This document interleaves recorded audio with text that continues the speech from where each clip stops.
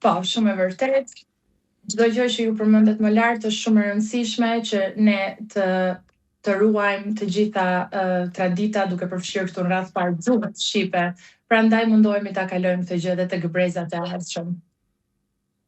Kjo gjë ka filluar që në 2005-ën, të paktën për kaq sa kam informacion unë, nga mësuese që kanë vite eksperiencë përpara meje. Është hapur si shoqat, jo vetëm Ardmëria, por edhe shumë shoqata tjera shqiptare në Britaninë e Madhe që japin mësim të gjuhës shqipe dhe vijojnë deri tani që jemi gati në 2026-ën dhe shpresojmë të kemi akoma më shumë interesime në vitet në vijim.